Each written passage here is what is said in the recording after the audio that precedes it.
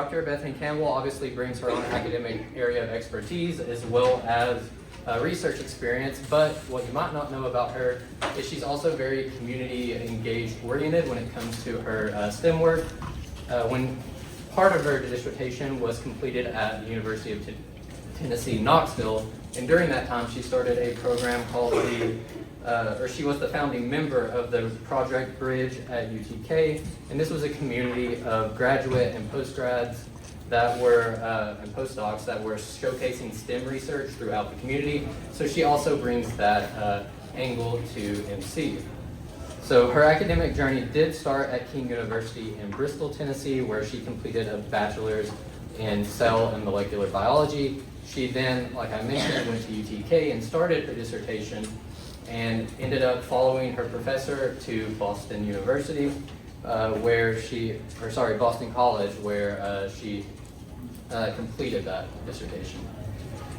So her work was primarily investigating the role of a highly conserved GTPase, Cdc42, and today in her presentation, Spatiotemporal regulation of Cdc42 activity directs specific membrane trafficking events at distinct cell sites. She's going to kind of let us into that world. So please help me in welcoming Dr. Campbell.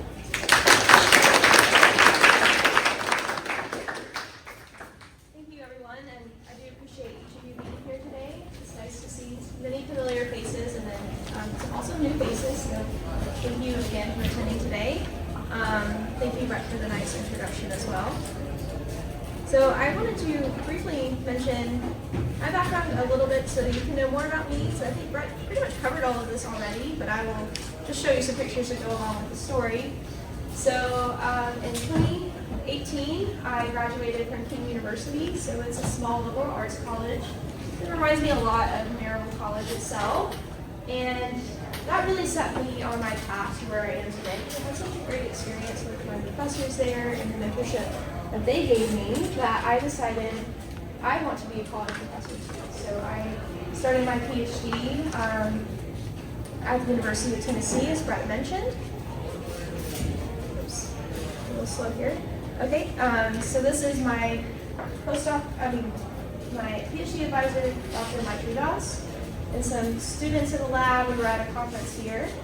Our lab overall, in general, studied cell growth and cell division using a eukaryotic yeast called Ascombe, which I'll introduce you to today. I got a lot of teaching experience at UT, where I taught Bio 101 and 102 labs with general biology, and I realized, yes, this was the right path for me as I was teaching in these about 25-person labs, similar to what we do here. So ultimately, I graduated from Boston College. Actually, I defended a year to the day from today. So this is basically the anniversary talk of my defense. And this is me with my advisor again. Actually, my graduation was just in May, so I only have one graduation year. So I came and worked here for a semester. I taught a bunch of students, and some of which are here today, and then actually went back to Boston for my graduation to officially complete that milestone just in May. So I'm happy to be here. One other thing you should know about me is that even my dog, Sadie, participates in scientific research. At Boston College, there's a dog cognition lab that studies how dogs learn and process information and solve problems. So here's Sadie actually at the lab. She just completed so many studies, they actually give her a master's certificate. So we would do this about every month. Take her to Boston College and she would solve some puzzles for some treats, essentially. So with that, we'll get into my talk, which is about the spatiotemporal regulation of membrane trafficking directed by Cdc42. So first of all, let's talk about what cell polarization even means. So that concept is basically the process by which cells specifically traffic or transport molecules, mostly proteins and lipids, to specific sites of the cell to perform specific functions. And classically, we think of cell polarity as maintaining cell shape, which is essential for cell function. So here we have a cell polarity regulating proteins like Cdc42. They typically coordinate cytoskeleton dynamics, so that would be actin and microtubules that provide structure to the cell and tracks for the transport to occur. And depending on the cell cycle stage, the cell may need to have a different shape. So in a dividing cell, and this is like an epithelial cell, or your skin cell, you actually lose your cell shape so that the cell can divide itself. But then it needs to repolarize or reform its shape to have an apical layer, apical side where you have contact with the fluid inside the body, versus basal layer, where it's attached to other cells. So all this is coordinated by the actin cytoskeleton, as well as microtubules. And Cdc42, as I mentioned, is one of these polarity proteins that regulates specifically the actin cytoskeleton, as you'll see today. So what it does is wherever it's active at the plasma membrane, it leads to the recruitment of these molecules, mostly lipids and proteins, that are transported in vesicles along actin cables. Okay. So classically, Cdc42 is recognized as the major regulator of cell polarization in pretty much all eukaryotes. The only major exception is land plants.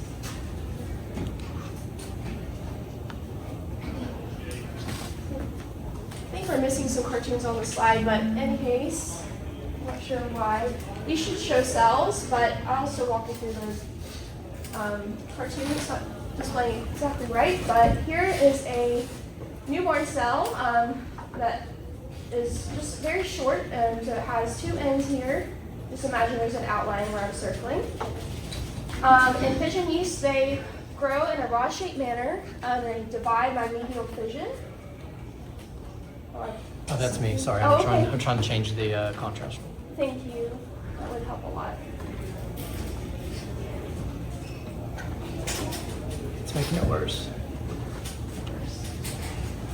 It looks okay on the screen. It's just this projector. There we go. Okay. Thank you, Brett. Now we can see the cells. Okay. So I'm walking you through the life cycle of my model organism, which is S. tombae, or Schizosaccharomyces tombae, pigeon yeast. As I was mentioning, they start out as very small cells that grow in a bipolar fashion, so they grow from both ends eventually. And then once they get to a certain size, they divide by medial fission. Cdc42 is actually essential for both of these processes, both for growth and for cell division, as you will see. And wherever it's active, that's where we're going to have a lot of membrane trafficking occurring, or to lead to our cell polarization. So here's another look at how Cdc42 actually works. So it works as a molecular switch, right? So it's this GTA, so it can either be on or off. And its on form is bound to GTP, with guanosine triphosphate. And then when it's inactive, it's bound to GDP, or guanosine diphosphate. So it's activated by proteins called GEFs that help to attach a GTP to GTase. And it's inactivated by these gaps here, RGO3, 4, and 6, that help to promote the hydrolysis of the GTPase back to its GDP-bound inactive form. So again, it's either on or off, and it's regulated by these players that are also all present at the growing cell ends or the division site, depending on the cell cycle stage. There's one other player that I'll mention, and that is an effector of Cdc42. It's a kinase. It's called clathrin kinase. So whenever Cdc42 becomes active, it leads to the activation of this kinase called clathrin that actually itself regulates the activity of Cdc42 in a time-delayed manner. So it basically will, whenever this becomes activated, it inhibits the ability of the GEF, SCD1, to activate Cdc42. So this is a system of positive and negative regulation that's self-contained that will be important for understanding my talk. And please, if you have any questions as I go through the slides, you feel free to stop me. I would rather clarify your questions now than lose you in the talk. Okay. So another thing that you should know about this system is that cell division is actually pretty complicated in yeast. And that's because not only do they have an actin-myosin ring like animal cells have that helps to pinch in the membrane to divide the cytoplasm, but they also have a cell wall. These are cell wall organisms.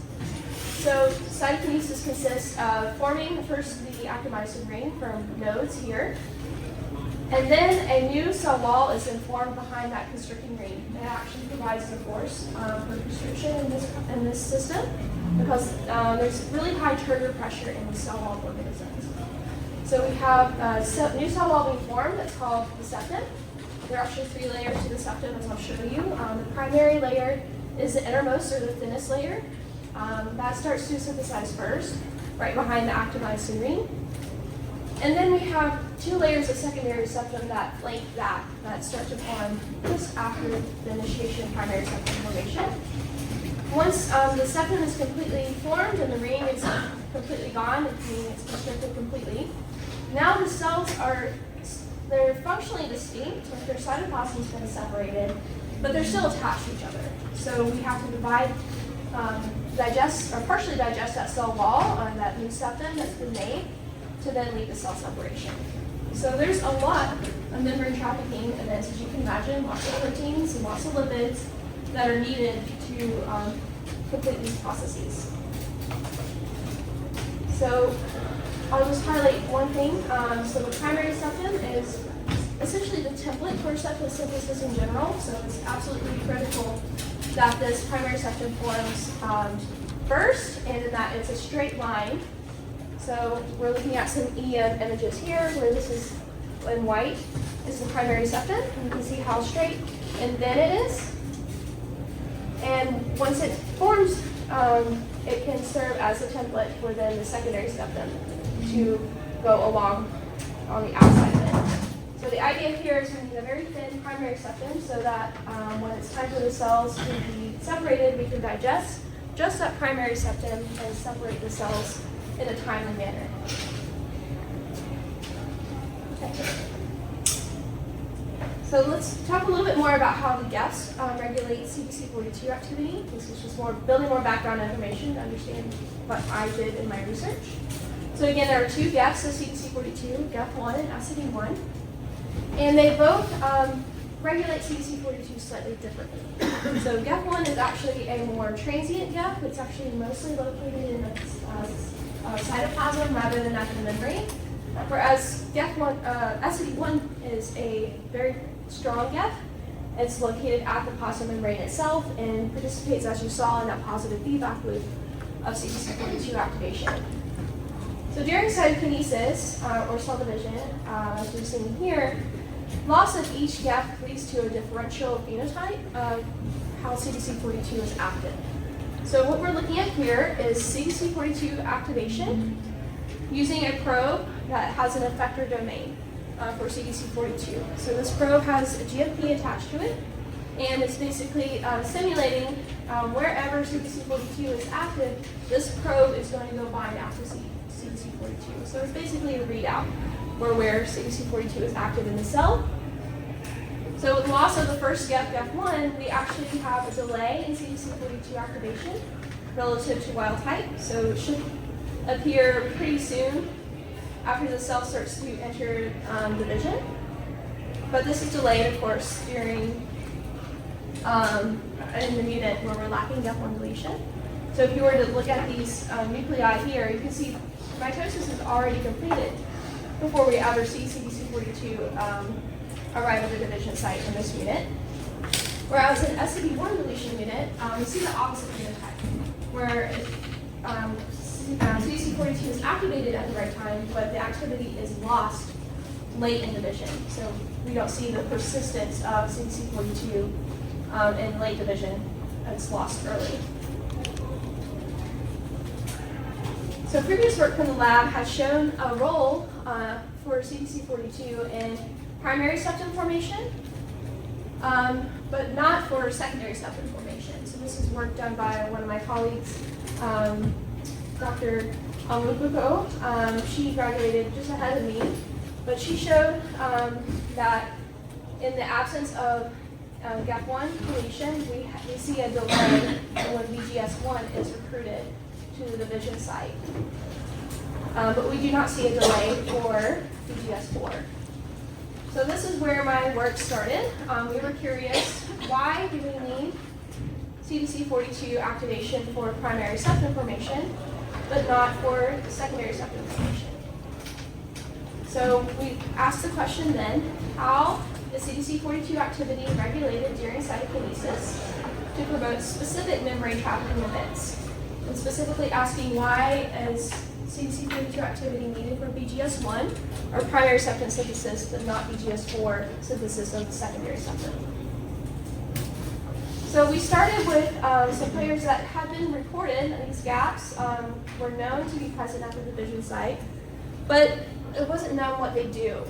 So all that we knew going into the project was that they also participate in cell polarities, because loss of or deletion of the gaps leads to changes in cell shape, which is indicative that the membrane trafficking events are changing in those mutants. But we never looked to see exactly what they're doing at the division site. So that's where we started. So we had GFP tag versions of each gap. So it's showing RGA4 here. You can see where it localizes relative to the actomyosin ring. It follows right in the membrane furrow just behind that constricting actomyosin ring. And we saw a very similar pattern of localization for RGA6, where it's also in the membrane furrow just behind the actomyosin ring. So we hypothesized, okay, the gaps are present at the division site. They inactivate Cdc42, so we think that for some reason Cdc42 activity does need to be decreased during division to coordinate the proper membrane trafficking events. So we tested that hypothesis by basically increasing Cdc42 activity by deleting the gaps. So the gaps again inactivate Cdc42, so if they are lost, then we'll have higher levels of Cdc42 activation. And we wanted to quantify Cdc42 activation again using that probe that I described earlier. Wherever it's present is a readout of active Cdc42 levels. And whether we measured the sum intensity or the mean intensity at the division site, we saw greater intensity of GFP at the division site in the mutant where Cdc42 is more active. So that shows that yes, these gaps are needed at the division site to lower Cdc42 activity during the cell division process. So that supported our hypothesis. But then we were curious, like, what actually is the phenotype of these double gap mutants, RGA4, RGA6 deletion? What is actually going wrong with them during cell division? So we did some time-lapse microscopy where we're looking at the start of mitosis at time 0, and then measuring how long does it take for the cells to separate, shown in the blue box here. And the actomyosin ring constriction is shown with the blue arrow. So what we found is that actually what's happening is the ring still constricts at a normal rate, but what's delayed is this cell separation. So that's showing there's something going wrong with the septum, perhaps, that's leading to the cells being stuck together for a longer period of time. So to look at septum architecture, we did transmission electron microscopy to look at any defects we might see at the septum. So let me show you a normal septum first. Here we have a wild type cell. So the septum, again, forms from both sides until it fuses in the middle. So right here would be the actomyosin ring that's constricting, and then the septum is growing in behind it. In a normal cell, we see the tri-layer structure. So we have that very faint white line, that's the primary septum, flanked by the gray, which would be secondary septum. And then we have plasma membrane, shown in black, that is flanking that septum itself. So that's a normal septum. But what we saw with the gap mutant was actually very different. So it's labeled here. So instead of having, let me go back and open everything up. Okay. So instead of having the plasma membrane tightly associated with the septum, we saw fuzziness, like there was extra membrane that wasn't proper. We also didn't see a clear distinction between the tri-layer structure of the septum itself. Like, we can't really make out the primary septum compared to the secondary septum here. So this is the blown up version. So this is wild type here, and this is the mutant. So again, we don't have that tri-layer structure that we can see in the wild type. So we were actually able to quantify this quite a bit. We measured that gap that we see in the membrane furrow. That was a wider gap in our mutant here.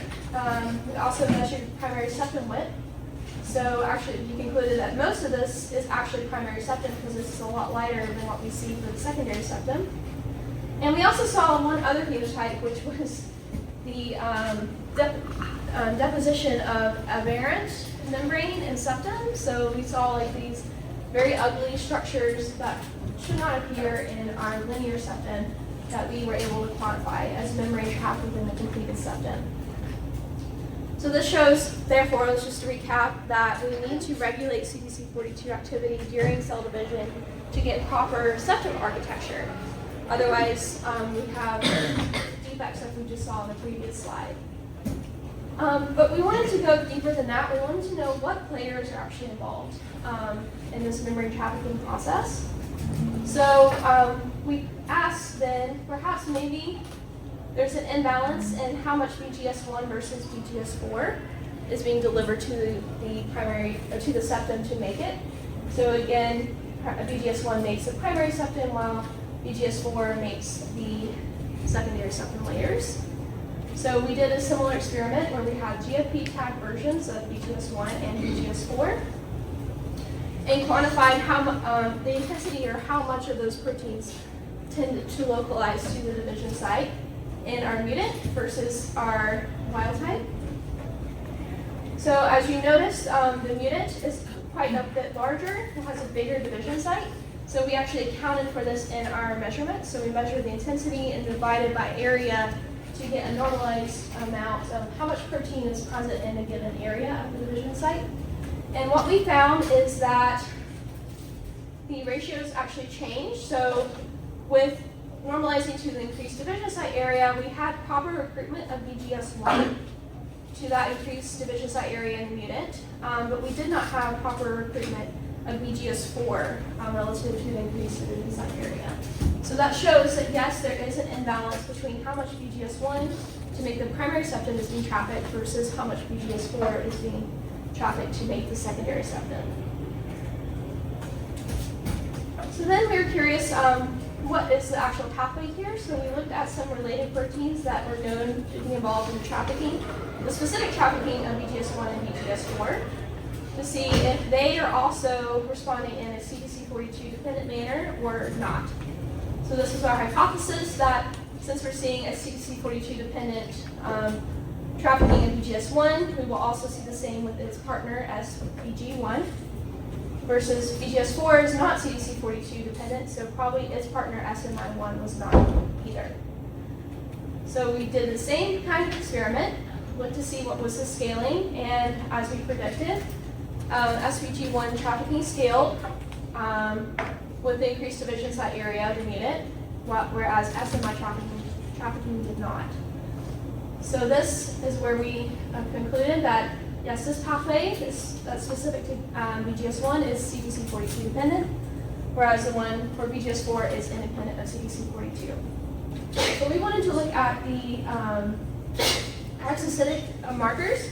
So like what's actually bringing the proteins to the division site. We know that these proteins are delivered in vesicles. They're actually integral membrane proteins, so they have to be trafficked by a lot of different exocytic proteins to be delivered. So we looked at a plethora of them. So we looked at some that are involved in docking, like the vesicle snare, SIV1. We looked at myosin 5, which is a motor that actually carries the vesicle on the actin cables.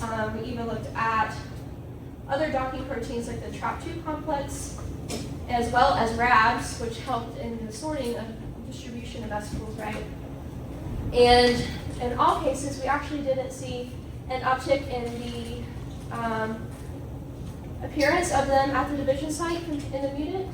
So these actually seem to be functioning independent of Cdc42. It's really just the BGS1 that's being delivered in greater numbers to the division site, but not general exocytic trafficking. So this is where we are at this point of the project. And then we were curious, okay, so since we're not getting extra, our question was like, basically why are we getting extra membrane at the division site, right, as we saw in the TEM? If it's not due to extra exocytosis, what else could it be?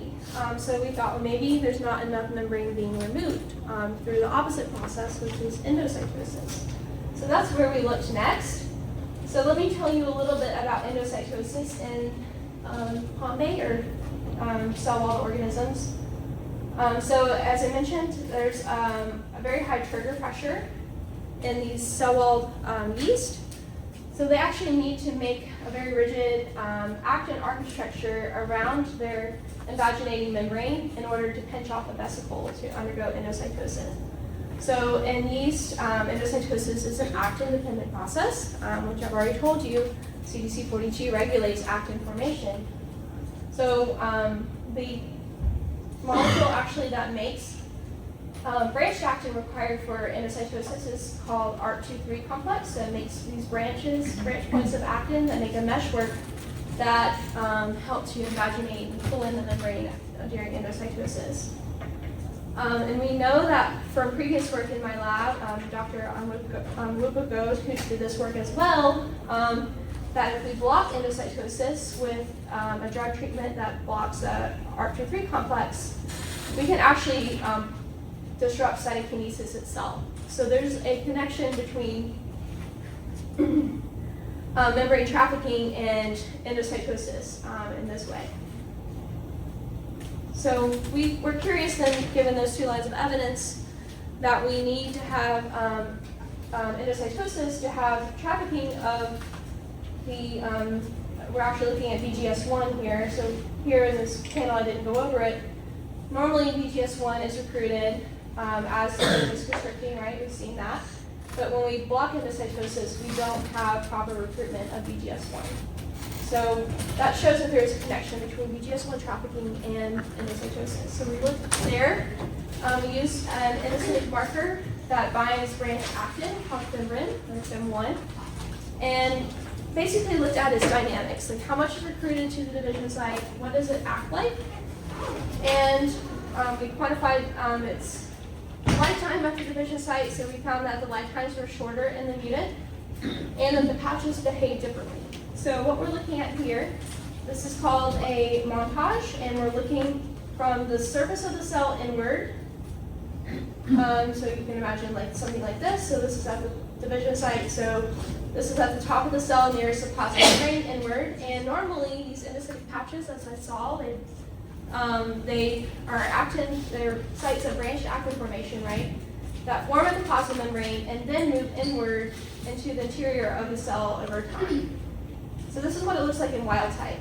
But what we saw in the mutant is that we don't have proper ingression of these actin patches over time. They tended to stall at the plasma membrane or even retract backwards. So we were able to quantify all of these phenotypes, showing here that overall in the mutant, where we have increased Cdc42 activity, we don't have proper internalization. So the internalization distance is less. So we're calling internalization distance basically the predicted point of membrane scission, which in yeast is about 350 nanometers away from the plasma membrane. So we're able to track the patches with that resolution and provide a cutoff point to determine which patches don't go beyond this point and say that those are probably failed endocytic events and quantify that. So as you can see in the mutant, there's a lot more failed events than in wild type, showing that yes, there is some problem with endocytosis in this mutant where Cdc42 is hyperactive. So this led to our model, what we concluded for the first part of my Ph.D. And that is that the Cdc42 gaps, or those inactivators of Cdc42, promote coupling of membrane trafficking or membrane burrowing and septum ingression during cytokinesis. And they do this by ensuring that Cdc42 activity doesn't become too high, such that we get an over delivery of BGS1 vesicles. So this is the what would happen if Cdc42 activity is too high. We get too much BGS1 being delivered, which leads to a very thick primary septum.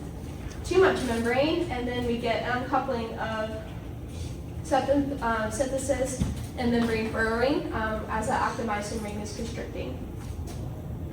Okay, so I'm going to try not to go over time, but that was just the first half of my PhD. So here's the second part, which is I actually completed all the prior work at University of Tennessee, like that was published before I moved to Boston. But then when I moved to Boston, I wanted to follow up on that project and published another paper just this year. This just got published last month, so this is brand new work. So my second question was then, how are polarization and endocytosis interconnected? And how does Cdc42 specifically promote endocytosis? So we wanted to characterize what are the endocytic behaviors at distinct sites of the cell and determine the role of Cdc42 at each region. So I think we're missing a few elements here, but I'll give you the rundown. At the cell end and the division site, I've already shown you Cdc42 is active just at the plasma membrane there, but it's never active at the cell sides. So if the tracks were displaying, you would see that there are internalization points at the division site and cell end that are much deeper than what we ever see at the cell sides. So we're looking at active patches or endocytic patches here. So mostly at the cell sites, we concluded that those probably aren't real sites of endocytosis, it's just artifacts, but we wanted to test that hypothesis. So we actually quantified the behavior of endocytic patches at the cell ends, division site, and cell side, and we found that at the cell ends and division site, the patches behave more similarly, like they have a similar lifetime, and they recruit a similar amount of actin binding protein fibrin that I talked about before. Whereas at the cell sides, the patches are much weaker and shorter lived. They also move differently. So at the cell ends in the division site, we see more directed motion, meaning that when the patch forms, it tends to go inward to the cell in a straight way. Whereas at the cell sides, most of the movement's actually in the plane of the membrane itself, and it's not ingressing into the cell. So we predicted that perhaps Cdc42 is only regulating endocytic patches at polarized sites, which would include just the cell ends in the division site. So we did a lot of different experiments to try to test this idea. First of all was to show a role, or show that Cdc42 is absolutely essential for endocytosis. So we used that GEF1 deletion unit again to delay when Cdc42 was active at the division site. And then track to see would that also delay when endocytosis started at the division site. So the logic there is if endocytosis depends on active Cdc42, if we delay active Cdc42 at the division site, will we also see a delay in endocytosis? And as you can see here, yes we did. So from the point of when mitosis started and mitosis completes, there's a delay when Cdc42 is active. And there's also a delay in when fibrin, or the actin binding protein, appears at the division site compared to wild type control. So this is just a quantification here. So on average, fibrin usually appears at the division site about 20 minutes after mitosis in wild type cells, but it was closer to 30 minutes for our GEF1 deletion cells where Cdc42 activity has been lowered or delayed. We did a similar experiment to figure out what kind of active Cdc42, or what kind of activation does Cdc42 require to direct endocytosis. So we were curious, does it need its transient activation through GEF1 or more stable activation through SCD1 deletion? And as you can see here, this is a montage showing an actin patch at the plasma membrane in wild type versus GEF1 deletion versus SCD1 deletion. And we showed that the lifetimes of endocytic patches actually increased when we lost the transient activator GEF1, but it's decreased when we lose the strong activator SCD1. And to quantify this, we looked at the 3 different sites again, the cell ends, the division site, and the sides, and quantified how much fibrin, or the branched actin binding protein, is being recruited to actin patches over time. So as you can see with GEF1 deletion, whenever we have less CDC42 activation there, we have overaccumulation of fibrin compared to the wild type control shown in black. Whereas with SID1 deletion, we really didn't see anything. It pretty much mirrored the wild type. So we concluded that the essential gap for regulating CDC42 during endocytosis is actually GEF1, rather than the strong activator SID1. So but we did notice one thing I'll just briefly show you with SID1. Let's see if I can play it. I can play it on the screen here. So this is actually what these actin patches look like. This might help you visualize. Oh, they're not playing. Okay, no worries. We'll just skip over it. But what happens, instead of the behavior of the patches changing, what does change in the SID1 deletion is where the patches are forming. So normally the patches are just at the cell ends or division site, but as you can see in the mutant, they're actually all along the cortex or the edge of the cell.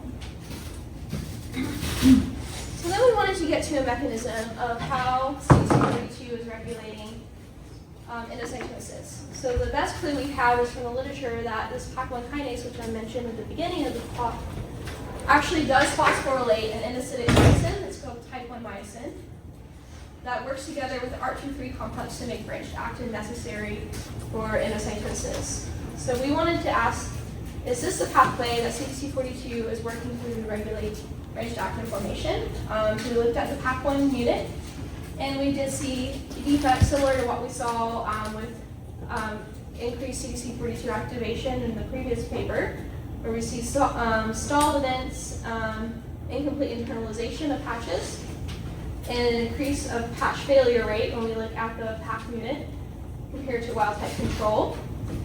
So that did suggest that this is the pathway that CDC42 is working through, that is working through PAC1 itself. But we wanted to see this PAC1 activity regulate when does endocytosis occur. So we did a similar experiment where we perturbed PAC1 function and looked at when endocytosis commenced at the division site. And we again saw a slight delay, similar to what we saw with GEF1 deletion. So this mutant specifically is a hypermorphic or kinase dead PAC1, so it can't be, it doesn't have any kinase function. So these are, actually, I was trying to show these before, but this is what these tracks look like when we track individual active patches. So here in a wild type control at the division site, normally the patches form near the plasma membrane at the membrane furrow, and then they ingress away from there over time. Whereas what we saw in the PAC mutant is mostly a lot shorter motion, very close to the membrane. Like these don't internalize nearly as well. So we concluded that PAC1 promotes proper formation of proper recruitment of FEM1, that branched actin binding protein, to endocytic patches at the division site. So that's following what we just saw with CDC42.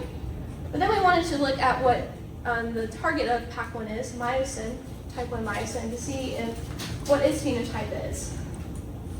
So we first showed and asked the question, does CDC42 activity, does recruitment of myosin to the division site depend on CDC42 activity? And the short answer there is yes, because when we delay CDC42 activation at the division site in the GEF1 mutant background, we saw a delay in when myosin is recruited. So the short answer there is yes. And we also showed that if we perturb PAC1 function and use that kinase dead version, we also delay when myosin is recruited to the division site. So that shows that CDC42 and PAC1 are both required for myosin recruitment. But what about at the cell ends? So we did another experiment where we measured how much myosin is recruited to the cell ends of the cells. And GEF1 deletion versus GAP mutants. So again, GEF1 deletion, we have less CDC42 activity, whereas in the GAP mutants, we have more.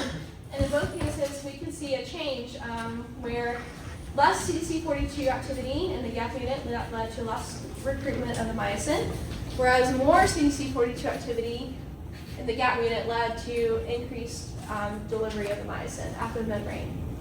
But interestingly, when we looked at how the dwell time, or how long the myosin is present at the membrane, it was kind of a similar phenotype in both the GAP mutant as the GAP mutant, where the dwell time is longer compared to wild type. So normally myosin should be pretty dynamic. It should be present at the membrane when endocytosis needs to occur, and then it should leave once that endocytic event is gone. But for some reason, and if we mess with Cdc42 activity, the myosin is present at the membrane more consistently. Our last experiment of a paper was to look at whether if we perturb Paclin kinase function, do we see a similar change in how the myosin is behaving? And the short answer is yes, that we need Paclin kinase function to regulate how the myosin behaves at the cell ends as well. Oh, I thought that was the last experiment. There's one more here. So the type 1 myosin, we wanted to look at the actual dynamics of what happens if we perturb the myosin function. So we looked at a deletion mutant versus a mutant that cannot be phosphorylated. So this is actually the phosphosite where PAC1 phosphorylates the myosin, and that's mutated alanine, therefore it's a phosphonull. And what we found is that whether we lose the myosin altogether through a deletion or we perturb that phosphosite, we can change how the endocytic patch behaves. So basically the dwell time, or how long that patch persists, is increased in both cases. And we also see an overaccumulation of fibrin in each patch compared to the wild type as well. So I think the most striking piece of data, this actually didn't make it to the main figure, but was in the supplement, was when we look at the behavior of the phosphonull myosin compared to wild type. So normally, as I said, myosin should kind of come and go from the membrane and be dynamic. But when we look at the phosphonull, it's actually just pretty uniformly present at the division site through time and never really leaves. So that shows that we need a dynamic myosin, and that phosphosite really is that point of regulation that we think Cdc42 is acting on through the PAC to regulate how that is behaving. So this is a model for the part 2 of the paper, where we conclude that transient of Cdc42 activation via GAP1 is required for the regulation of endocytosis at polarized sites. So again, just to recap, Cdc42 is active just at the division site and cell ends, where it has access to its GAP to be activated, and it has access to its effector that can then act on type 1 myosin. The other conclusion was that Cdc42 activity is regulated in a dose-dependent manner, where we need a certain amount of Cdc42 activity, but not too much, to regulate how dynamic the myosin is. And that we also need to have that phosphosite on myosin to regulate how much or how dynamic that myosin is. So I'll just open these models here to conclude what we think is actually happening with the active patch itself. So here in wild type, we have normal activation of Cdc42 mediated mostly by GAP1 at the active patch. When we have too much Cdc42 activity, we get these much brighter patches with too much branched actin being made. When we have enhanced Cdc42 activity, we have more myosin recruitment, and the patch looks something like this. Versus if we have no Paclin kinase activity through using that kinase dead PAC1, we have less branched actin being synthesized and less myo-1 recruitment to that site. And then lastly, in the phosphonull, we have overaccumulation of branched actin, but there's no function of the myosin, because this is actually a point mutation in the motor domain. We project that what's happening here is the myosin actually can't move, and it leads to the overproduction of this branched actin at the endocytic patch. Okay, so I probably won't do this work, but this was what I proposed at the end. But hopefully the lab can carry on to understand what changes in actin architecture are actually occurring during the endocytic patch, and to determine how endocytic patches at different regions of the cell require disparate amount of force to internalize. And then hopefully somebody can also look at the function of the motor domain of that myosin and understanding how it actually helps to promote the internalization of the endocytic patch within the brain. So I have many people to thank for this work. All my committee members, both at UT and at Boston College. I basically have 2 full sets of committee members that oversaw this work. I have many friends in the lab, some who graduated before me and some who graduated after me. And I had a lot of undergrads who helped do this work. And I'm particularly mention Ashley. She contributed to the first part of my paper. And then I had Uma, she's here, and she contributed to my second paper that I published from Boston College. So thank you again for your attention. I appreciate being here. I will take any questions. It's not too late. So thank you.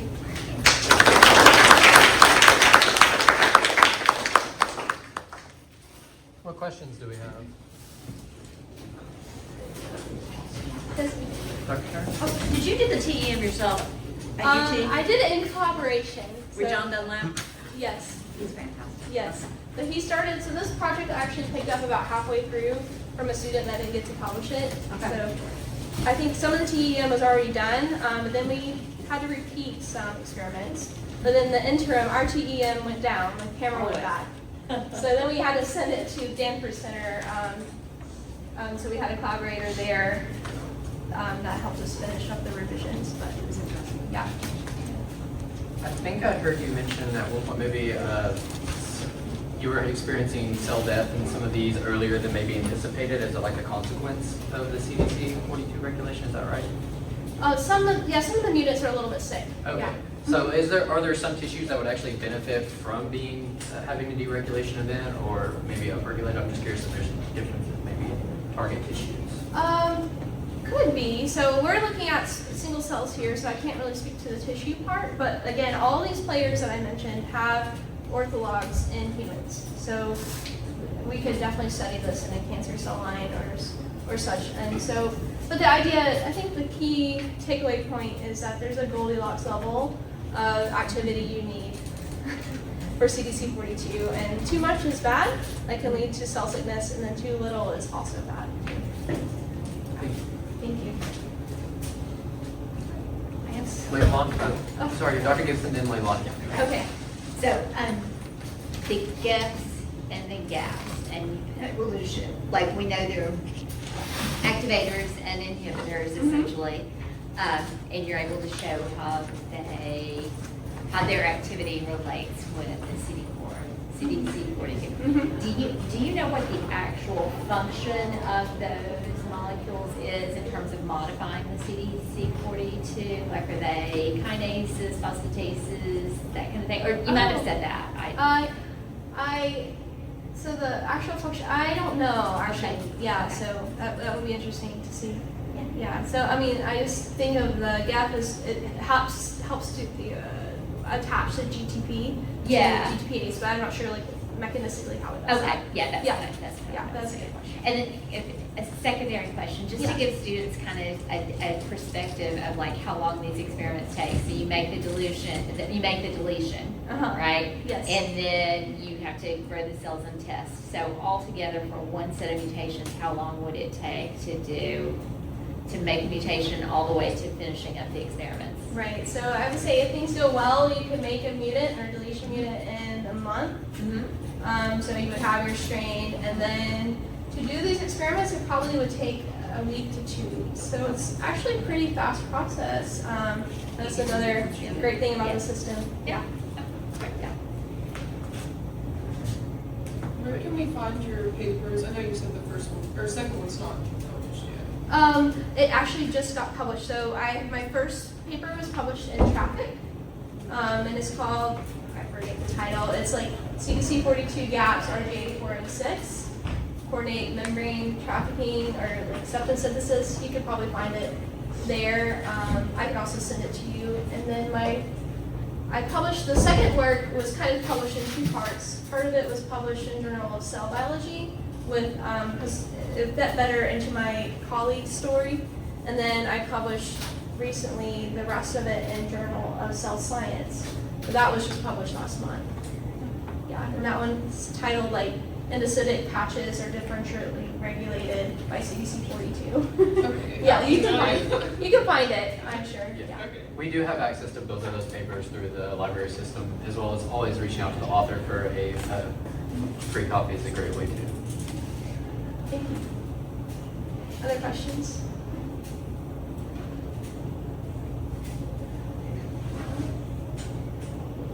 All right. All right, let's give Bethany another round of applause. Yes, thank you so much.